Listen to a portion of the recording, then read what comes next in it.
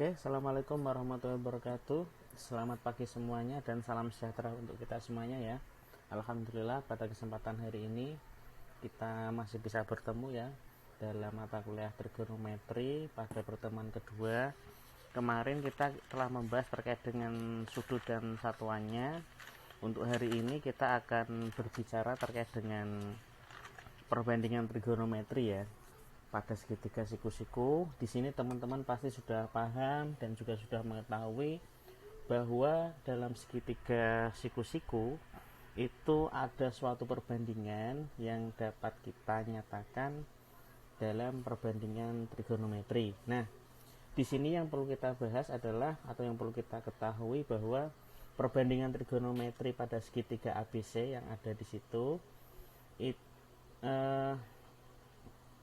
di mana segitiga tersebut siku-sikunya itu di B ya, berarti ada segitiga, kemudian dia itu siku-sikunya itu di B, kemudian untuk sudut alfa atau di sudut A ini kemudian kita akan berbicara perbandingan trigonometri berdasarkan sudut A. Nanti coba teman-teman, bagaimana jika menurut sudut C ini? Berarti di sini siku-sikunya di B, kemudian menurut sudut C. Jadi di sini kan kita membandingkannya itu menurut sudut A atau alfa di sini ya, besar sudutnya ya. Nanti teman-teman coba untuk sudut C. Nanti perbandingannya seperti apa? Jangan sampai kita salah atau mungkin keliru ya dalam membandingkan perbandingan dari trigonometri ini. Nah, yang perlu diketahui atau mungkin konsep yang perlu dipahami bersama, menjadi kesepakatan bersama bahwa kita menyatakan sisi BC itu merupakan sisi depan dari sudut alfa. Kemudian ada lagi sisi AB. AB itu merupakan sisi samping dari sudut alfa. Kemudian sisi AC itu merupakan sisi miring ya dari sudut alfa. Berarti nanti ketika kita berbicara berdasarkan atau menurut sudut C, berarti miring dan depan itu sudah berbeda lagi. Miring dan samping itu berbeda. Mungkin miringnya sama ya, tapi depan dan sampingnya saya rasa nanti akan berbeda perspektifnya. Kemudian juga teman-teman berbicara mengenai dalil Pythagoras, kita tahu bersama AC kuadrat sama dengan AB kuadrat plus BC kuadrat ya di sini ya. Oke, kita langsung saja mulai. Dalam perbandingan trigonometri itu dapat kita nyatakan perbandingan trigonometri pada segitiga ABC itu dapat kita nyatakan dalam sin alfa. Sin alfa itu dinyatakan dengan depan per miring atau BC per AC, itu dinamakan sin alfa. Oh ya, sisi miring juga bisa kita katakan sebagai hipotenusa, sama saja. Kemudian yang kedua adalah cos alfa. Cos alfa itu berarti samping per miring atau dalam hal ini AB per AC. Saya rasa untuk sin alfa itu depan per miring, cos alfa itu samping per miring, kemudian untuk tan alfa adalah depan per samping. Berarti di sini depan BC per samping AB.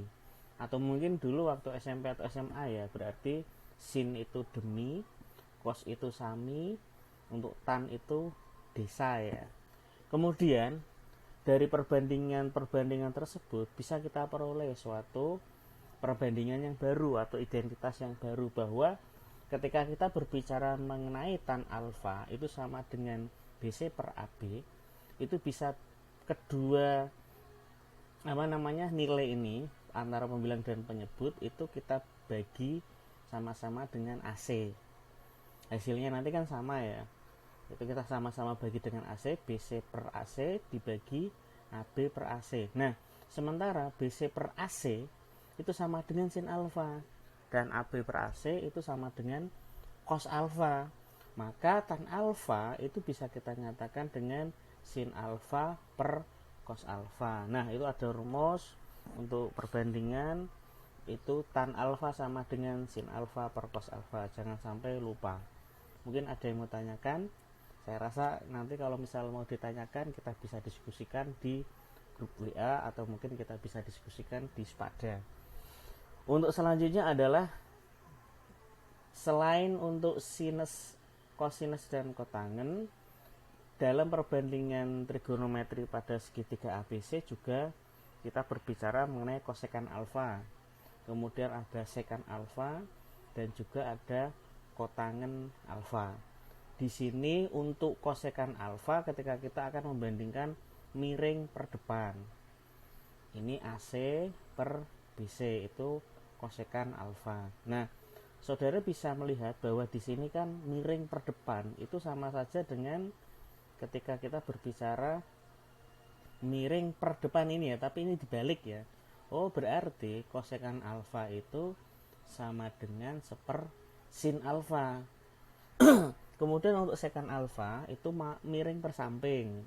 Miring per samping itu AC per AB itu sama saja dengan cos alfa itu samping per miring, berarti itu seper cos alfa. Kemudian untuk kotangan alfa itu samping per depan, itu sama saja dengan sepertan alfa ya. Berarti untuk kotangan alfa itu samping per depan. Jadi ada suatu identitas baru juga ketika kita berbicara mengenai kotangan alfa. Kotangan alfa itu kan AB per BC ya. AB per BC itu untuk pembilang dan penyebutnya, keduanya misalkan kita bagi dengan AC, berarti nanti hasilnya tidak akan mengubah nilai tersebut. Berarti AB per AC dibagi BC per AC. Sementara AB per AC itu cos alfa, BC per AC itu sama dengan sin alfa. Sehingga kotangan alfa bisa kita nyatakan dengan cos alfa per sin alfa. Tadi untuk tangan alfa kita bisa nyatakan sin alfa per cos alfa. Sementara untuk kotangan alfa itu sama dengan cos alfa per sin alfa. Kita sudah mendapatkan berarti 8 identitas. Harus dihafalkan, jangan sampai lupa, dan juga harus dipahami. Nah, ini bisa kita rangkum ke dalam beberapa nilai atau beberapa bagian, bahwa ada rumus kebalikan dan perbandingan trigonometri. Jadi sudah saya sampaikan tadi, sin alfa itu sama dengan seper kosekan alfa, atau kosekan alfa itu sama dengan seper sin alfa. Kemudian untuk cos alfa itu sama dengan seper sekan alfa, atau sekan alfa itu sama dengan seper cos alfa. Kemudian untuk tan alfa itu sama dengan seper kotangan alfa, atau kotangan alfa itu sama dengan seper tan alfa. Tadi juga sudah saya sampaikan untuk perbandingan atau identitas trigonometri yang baru, bahwa tan alfa itu sama dengan sin alfa per cos alfa. Sementara untuk kotangan alfa itu sama dengan cos alfa per sin alfa. Nah, itu ada beberapa rumus harus dipahami dan juga harus dihafalkan. Jangan sampai nanti ketika kita itu sudah paham tapi lupa. Nah, itu bahaya itu. Kemudian kita lanjut bahwa setelah kita berbicara terkait dengan perbandingan trigonometri, saya rasa tidak ada masalah. Kita akan berbicara terkait dengan menentukan nilai perbandingan trigonometri pada sudut-sudut khusus atau sudut istimewa. Saya rasa teman-teman sudah paham yang dimaksud sudut khusus atau sudut istimewa itu, satu itu 0 derajat, yang kedua itu ada 30 derajat, kemudian ada 45 derajat, setelah itu ada 60 derajat, kemudian ada 90 derajat.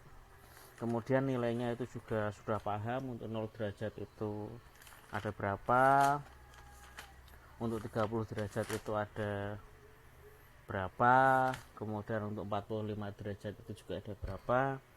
Misalkan itu untuk sin 0 derajat itu kan nilainya 0, untuk cos 0 derajat itu kan nilainya 1. Kemudian untuk sin 30 itu setengah, cos 30 itu setengah akar 3. Kemudian untuk sin 45 itu ada setengah akar 2, cos 45 itu setengah akar 2. Kemudian untuk tan, sekan, kosekan, dan kotangan juga mengikuti ya, karena tadi sudah kita bahas, nanti tinggal kita sesuaikan saja. Untuk sin 60 itu ada setengah akar 3, cos 60 itu ada setengah. Kemudian untuk sin 90 itu ada 1, cos 90 itu 0, dan tan 60 itu dia nilainya tak hingga ya. Jadi nanti ketika kita itu belajar grafik, bahwa nilai dari tan 90 itu dia tidak akan pernah menyentuh, atau mungkin nilai tak hingga, dia tuh ke atas terus ya, dia nggak akan pernah menyentuh angka 90 nilainya. Jadi kita akan berbicara. Nah sekarang kita kan harus tahu kok bisa ya, misalkan sin 30 itu nilainya setengah. Nah kita akan mempelajari itu. Yang pertama adalah yang perlu teman-teman pahami itu bahwa istilah sudut khusus itu disebut pula sebagai sudut istimewa. Adalah sudut di mana nilai perbandingan trigonometri itu dapat ditentukan tanpa menggunakan kalkulator atau tabel dari trigonometri atau tabel matematika ya. Jadi kan misalkan saya berbicara ini, misalkan Pak Zuri, misalkan saudara tanya ke saya, Pak, nilai sin dari 15 berapa Pak? Wah, kalau saya tidak menggunakan rumus ya, atau mungkin saya tidak menggunakan kalkulator, kalau 15 kan kita masih bisa menggunakan penjumlahan atau perkalian itu ya. Ya berarti itu sin 45 kurangi 30 gitu ya, sin 15 ya. Misalkan jangan yang 15 lah, misalkan sin 14 derajat, sin 14 derajat. Itu saya nggak akan tahu kalau saya nggak buka kalkulator atau nggak buka tabel. Sin 13 berapa Pak? Saya nggak akan tahu. Tetapi ada sudut-sudut khusus tadi ya, dikatakan sudut istimewa yang sudah saya sebutkan, bahwa nilai dari perbandingan trigonometri itu dapat kita tentukan tanpa menggunakan kalkulator atau tabel. Tadi ya, 0 derajat, 30, 45, 60, dan 90. Nah, terus bagaimana sih sebenarnya konsep untuk mencari nilai tersebut? Jadi di slide ini saya menggunakan konsep lingkaran dengan jari-jarinya satu-satuan. Jadi ini ada lingkaran dalam diagram atau dalam itu Cartesius ya. Nah ini OA ini sebagai jari-jari, atau kita berbicara dari O sampai sini meter ya, ini jari-jarinya itu satu-satuan. Kok bisa sih Pak satu-satuan, nggak dua, nggak tiga? Sebenarnya kan bebas, boleh 2, boleh 3, boleh setengah, tetapi kan nilai yang paling sederhana itu adalah 1. Kalau misalkan 2 bagi 2 hasilnya 1, kan gitu toh. Itu masih. Kalau 3 dia kan bagi 2, 1,5 hasilnya. Kalau 1 itu nilainya sudah nilai yang paling sederhana. Nah sekarang kita berbicara mengenai lingkaran dengan sudut pusatnya itu O 0,0 dan juga jari-jarinya itu R sepanjang atau sebesar 1/1. Nah kita lihat bahwa di dalam segitiga tersebut itu memiliki persamaan ya, bahwa misalkan ini ada OA dari initial side yang kemarin sudah saya bahas ke teman-teman, itu dia berputar ya, berlawanan arah jarum jam sebesar alfa, sehingga diperoleh A itu X, Y. Sekarang pertanyaan saya adalah berapakah nilai X dan berapakah nilai Z? Ada yang bisa menjawab mungkin? Ya sekilas saja ya, bahwa nilai X dan Z tidak mungkin kalau dia itu di sini. Dia tidak mungkin bernilai 1. Yang bernilai 1 adalah hipotenusa dari segitiga OAB, yaitu R, bernilai 1 dia. Tetapi untuk X dan Z tidak tahu, saya pun yang membuat ini juga tidak tahu nilai, yang tahu hanya Tuhan Yang Maha Esa, karena dia sebesar alfa. Yang kita tahu nilai A itu ya koordinatnya itu berada di X dan Z. Nah, karena dia OA itu sudah berputar sampai terminal side, maka dapat kita buat segitiga AOB atau OAB sama saja dengan siku-siku di B. Nah, kemudian dapat kita lihat bahwa menggunakan teorema Pythagoras, OB kuadrat tambah AB kuadrat itu sama dengan OA kuadrat. Ini OA kuadrat ini ya, bukan OB kuadrat ya.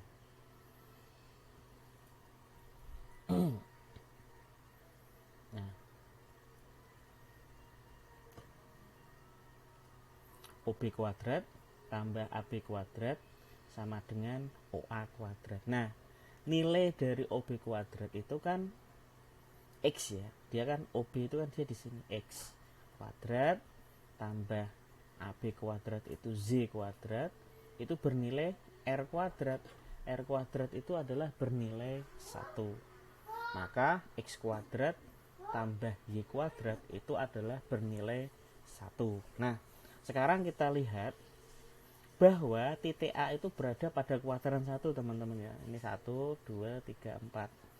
Kemudian berdasarkan perbandingan trigonometri dengan sudutnya itu alfa, siku-sikunya itu di B, maka dapat kita lihat berarti untuk sinus alfa itu kan demi ya, depan dari sudut per miring. Berarti untuk sinus alfa itu sama dengan AB per OA. Berarti Z per R. Sementara R-nya kan nilainya 1, maka sinus alfa itu sama dengan Z. Sementara untuk kosinus alfa itu kan berarti sami. Sami itu X per R atau OB per OA. Nilai R itu sama dengan 1, maka X per 1 hasilnya adalah 1. Ini ingat baik-baik konsepnya ya, karena ini nanti akan dipakai seterusnya. Berarti dapat kita nyatakan bahwa titik A atau koordinat titik A di mana bernilai X, Z dapat kita nyatakan dengan tadi ya. Nah, sin alfa itu sama dengan Z, cos alfa sama dengan X. Maka sin alfa itu Z tadi ya, berarti dia itu di sini. Untuk cos alfa kan dia X. Maka A itu dapat kita nyatakan untuk koordinat titik A dapat kita nyatakan cos alfa, sin alfa. Diingat-ingat baik-baik itu.